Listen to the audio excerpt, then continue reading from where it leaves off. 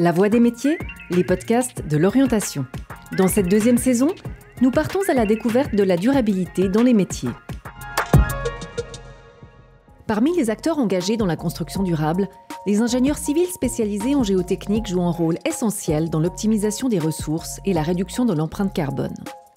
C'est dans un bureau d'études lausannois que nous avons rencontré Chloé pour parler des enjeux de son métier liés au développement urbain et industriel, de l'étude des sols et sous-sols jusqu'à l'intégration de pratiques éco-responsables. J'ai toujours voulu travailler dans le domaine de la construction, mais pas nécessairement dans le domaine de la géotechnique. Et j'ai trouvé que allier les constructions à la géologie, donc en fait à des éléments qu'on ne maîtrise pas et qui sont naturels, c'est quelque chose de très intéressant. Et ça permet d'avoir vraiment chaque projet qui est différent, puisque même si vous construisez le même bâtiment ailleurs, vous ne serez pas posé sur le même sol, donc les problématiques pour mon métier seront différentes. Je m'appelle Chloé, je suis ingénieure civile spécialisée en géotechnique. Je travaille dans un bureau d'études lausannois, bureau qui regroupe différents corps de métier, dont la géotechnique.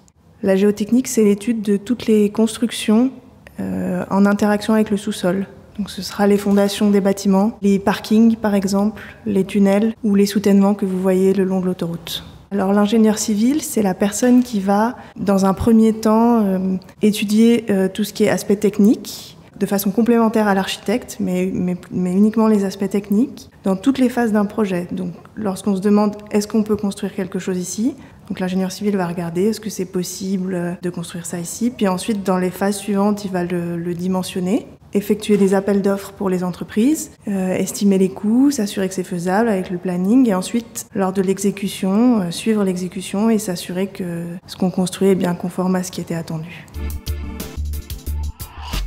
Si on prend un exemple de projet sur lequel je pourrais travailler, j'ai par exemple travaillé sur un bâtiment à Lausanne qu'on voulait construire. Donc la première chose pour s'assurer qu'on peut construire quelque chose, c'est d'étudier le terrain. Donc là, on va échanger justement avec des géologues qui, eux, ont des connaissances plus pointues, qui vont pouvoir nous dire de quoi est constitué le terrain.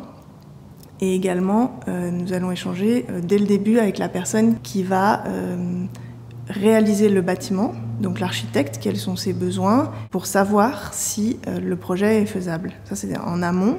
Et ensuite, si le client souhaite aller de l'avant, donc plus en détail dans les études, pour déterminer, donc de mon côté, quels seront le type de fondation du bâtiment. Est-ce que j'ai besoin de mettre en place des constructions temporaires pour réaliser par exemple les sous-sols du bâtiment? Si là, nous sommes en train de parler d'un bâtiment à Lausanne, est-ce qu'il y a des voisins? Il ne faut pas importuner les voisins pendant qu'on construit, donc tout ce genre de choses. Donc là, on aura beaucoup d'échanges avec la personne qui va faire la structure et ensuite, lors de la réalisation, beaucoup d'échanges avec l'entreprise, avec un suivi sur chantier. Je dirais que c'est un métier qui est à la fois très technique, mais lorsque le projet est en cours de réalisation, ça devient aussi beaucoup de relationnel.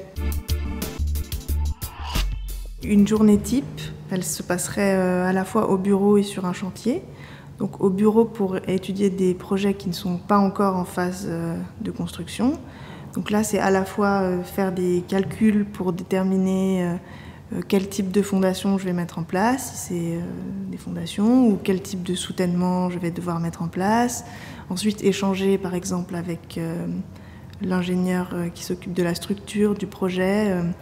Est-ce que c'est convenable ce type de fondation? Comment est-ce qu'on peut régler les interfaces? Échanger également avec le client pour savoir si en termes de coût, de planning, c'est convenable pour lui. Et puis, il y aura toute une partie de travail sur chantier pour les projets qui sont déjà en exécution, où on va aller sur un chantier, par exemple, de fouilles. On va contrôler que les sols qui sont rencontrés sont relativement conformes à ce qui était attendu. Et puis que la méthodologie qui est mise en place par l'entreprise, elle est adéquate et elle correspond bien aussi à ce qui avait été demandé. Les principales problématiques environnementales que l'on rencontre sont la gestion des eaux, premièrement, sur les chantiers, et la gestion des matériaux excavés. La gestion des eaux, puisque ça va être à la fois, donc, si vous faites des terrassements, que vous excavez, creusez un trou quelque part, il va y avoir les eaux pluviales, mais également potentiellement des eaux dans le sol qui vont s'écouler et qu'il va falloir collecter et traiter. et ne pas polluer également. Et le deuxième aspect concernant les matériaux excavés, eh bien, l'idée c'est déjà d'identifier est-ce que les matériaux excavés sont pollués ou pas. Donc ça c'est ce qu'on fait, c'est ce qu'on détermine dès les études préliminaires et ça peut avoir un impact même sur la faisabilité d'un projet, puisque ça a notamment un coût financier. Donc il y a cette question de pollution, mais pour moi la durabilité elle est aussi plus large où même si les matériaux ne sont pas pollués, on doit se préoccuper de savoir qu'est-ce qu'on en fait et les valoriser au maximum en fait. Lors de l'exécution sur un chantier, il y a un ingénieur environnement qui va s'occuper de savoir si les matériaux sont pollués ou pas, d'effectuer des analyses de façon périodique. C'est la personne de l'environnement avec également le support d'un géologue. La valorisation des matériaux, elle est principalement à la charge de l'entreprise qui réalise le chantier. Il n'y a donc pas de systématique.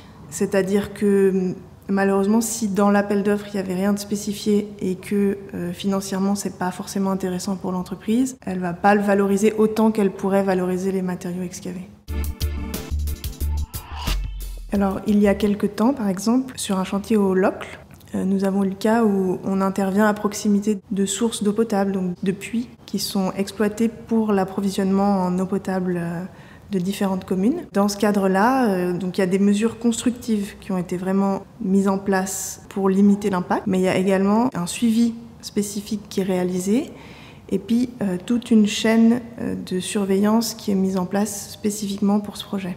Alors dans ce cas-là, c'était pour un projet de réalisation de soutènement pour éviter que le ciment qu'on met en place n'entre en interaction avec l'eau qui est présente dans le sol. Ensuite, toutes les eaux qui s'écoulent et puis qui sont collectées dans l'enceinte de chantier sont traitées avant d'être rejetées. Ça, c'est ce qu'on a mis en place sur le chantier. Et puis il y a également du coup ce suivi en continu du puits qui a été resserré et puis la chaîne de personnes à prévenir et de suivi qui a été adaptée au chantier pour que, si nécessaire, le chantier soit arrêté, par exemple. Un des moyens de diminuer l'impact que nous avons au sens général sur l'environnement, c'est par exemple d'exploiter les constructions déjà existantes. Notamment si on veut, par exemple, densifier un quartier, augmenter le nombre d'habitations, on peut augmenter le nombre d'étages d'un bâtiment. Donc là, on intervient sur de l'existant et moi, par exemple, je vais intervenir sur est-ce qu'il faut renforcer les fondations du bâtiment. Donc ça, c'est des choses qu'on fait. Si on parle plus précisément des ouvrages d'art, c'est indéniable qu'ils ont un impact sur l'environnement, ne serait-ce que visuel déjà. Après, il y a par exemple des ouvrages d'art qui sont faits uniquement pour les passages de faune. Donc j'ai travaillé par exemple sur un projet où on construit un viaduc et devant des murs et on assure le passage de faune avec un passage à faune spécifique. Donc c'est un élément qui est pris en compte et qui est intégré dans le projet. Dès que l'on va construire quelque chose, on va de toute façon empiéter sur la faune et la flore qui sont présentes. L'idée actuellement, c'est que si maintenant vous souhaitez construire quelque chose, vous ne pouvez pas le faire comme ça. Donc il y a toutes des procédures pour obtenir le permis de construire, des procédures qu'on appelle des procédures d'approbation des plans, où le projet que vous portez va être amené auprès des communes et du canton. Et il y a des organismes là-bas qui sont spécialisés dans l'environnement et qui vont estimer est-ce que le projet est intéressant ou pas, et en particulier est-ce que l'impact environnemental est compensé. Par exemple, si vous intervenez sur des zones forêts, est-ce qu'on peut refaire des zones forêts à terme à la fin du projet, ou est-ce qu'on peut en planter ailleurs. Donc l'idée c'est que l'impact dans sa totalité on ne pourra pas l'enlever, mais c'est de le diminuer au maximum.